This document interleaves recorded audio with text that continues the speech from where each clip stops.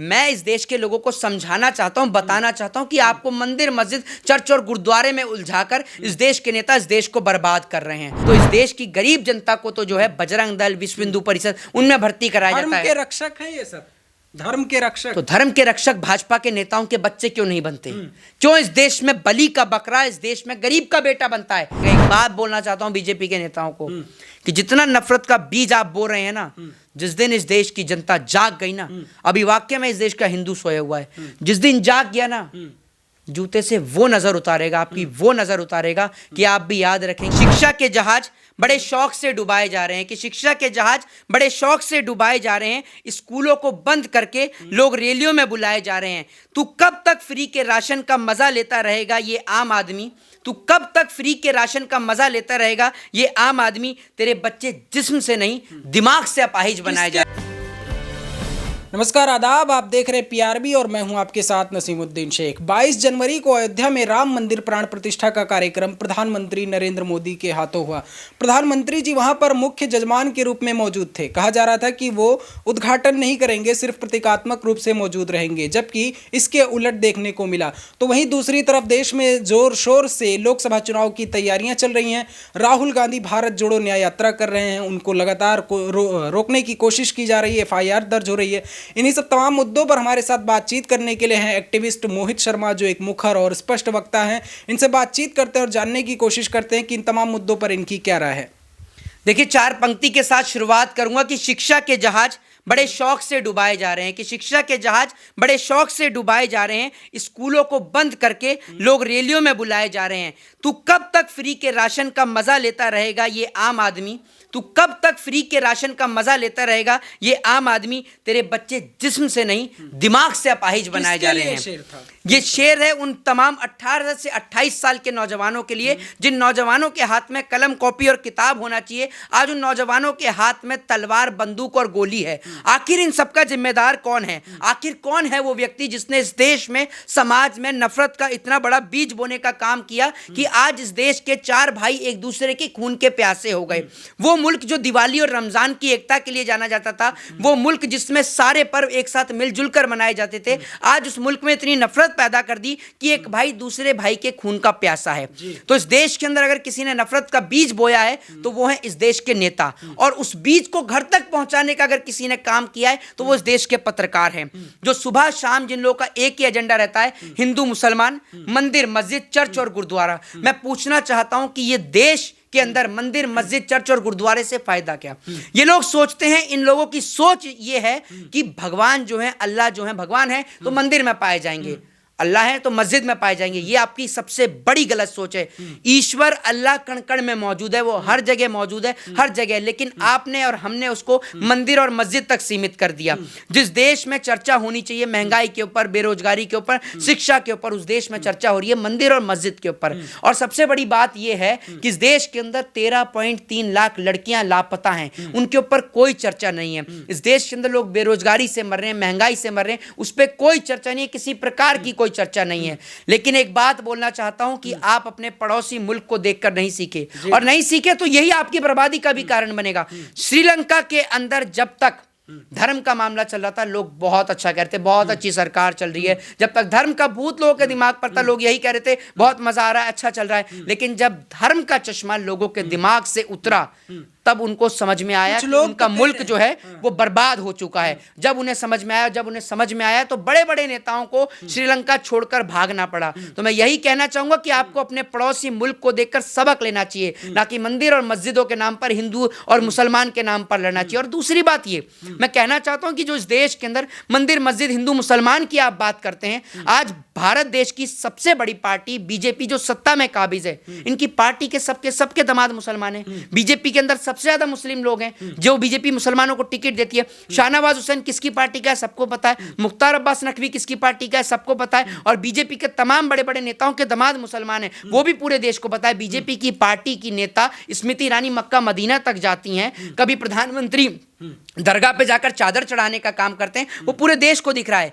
मैं इस देश के लोगों को समझाना चाहता हूं, बताना चाहता हूं कि आपको मंदिर, मस्जिद, चर्च और गुरुद्वारे में उलझाकर इस देश के नेता इस देश को बर्बाद कर रहे हैं। और इस देश के प्रधानमंत्री जी, उस पर चर्चा नहीं है कि अरुणाचल प्रदेश ने, चाइना ने अरुणाचल प्रदेश में जमीन को कब्जा कर लिया, उस पर कोई डिबेट नहीं, कोई बहस नहीं होती इस देश के अंदर। मोदी जी कहाँ युद्ध से घबराते हैं? हाँ, मोदी जी कहाँ घबराएंगे युद्ध से? पाकिस्तान में घुस कर सर्जिकल स्ट्राइक मोदी जी युद्ध से कहाँ घबराएंगे? क्योंकि युद्ध तो इस देश की सेना लड़ती है, युद्ध तो इस देश की सेना लड़ती है। और जिस सेना में गरीब किसान का, गरीब मजदूर का बेटा है, मोदी जी तो इंटरव्यू से घबराते हैं, क्योंकि इंटरव्यू में सवाल खुद देने पड़ते हैं उनके जवाब। तो मोदी जी इंटरव्यू से डरते हैं, ना कि युद्ध से, क्योंकि युद्ध सेना लड़ती है और सेना में गरीब किसान का, गरीब मजदूर का बेटा है। और बाकी नेताओं के बच्चे, कोई विदेश में हार्वर्ड में पढ़ रहा है, कोई जो है बढ़िया बीसीसीआई में बिना क्रिकेट खेले बीसीसीआई में बैठा हुआ है, कोई ओएमजीसी में डायरेक्टर बन के बैठा हुआ है। तो इस देश की गरीब जनता को तो जो है बजरंग दल, विश्व हिंदू परिषद, उनमें भर्ती कराया जाता है। धर्म के रक्षक है ये सब, धर्म के रक्षक। तो धर्म के रक्षक भाजपा के नेताओं के बच्चे क्यों नहीं बनते?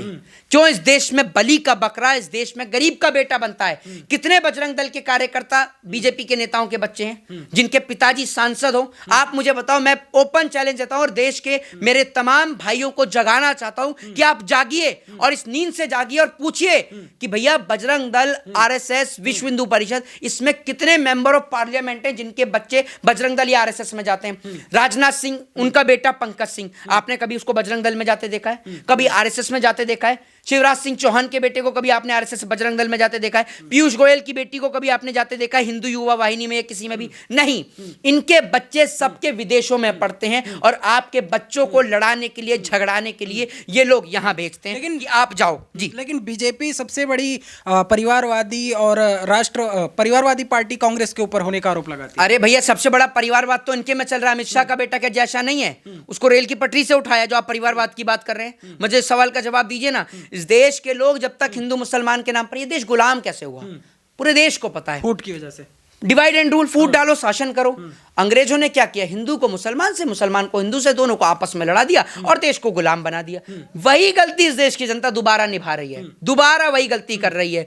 जब इस देश के अंदर हिंदुओं को मारा जा रहा था या पंडितों को मारा जा रहा था, उस वक्त पे मौलवी साहब बहुत खुश थे।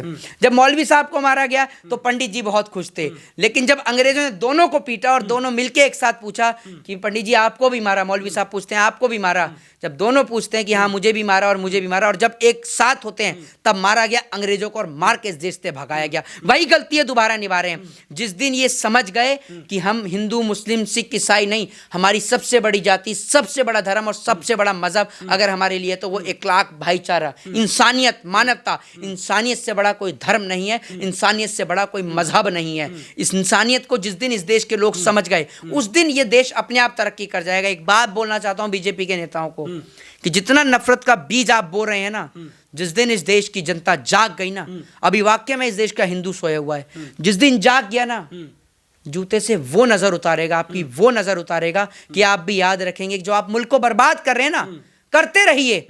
हम कहते हैं कि करते रहिए, लेकिन जिस दिन इस देश की जनता जाग गई, और आप बात करते हैं भैया मुसलमानों की, एक बात मुझे बताइए, इस देश से तमाम भगोड़े पैसा लेके भागे, कितने मुसलमान हैं? विजय माल्या मुसलमान था? नहीं। मेहुल चौकसी मुसलमान था?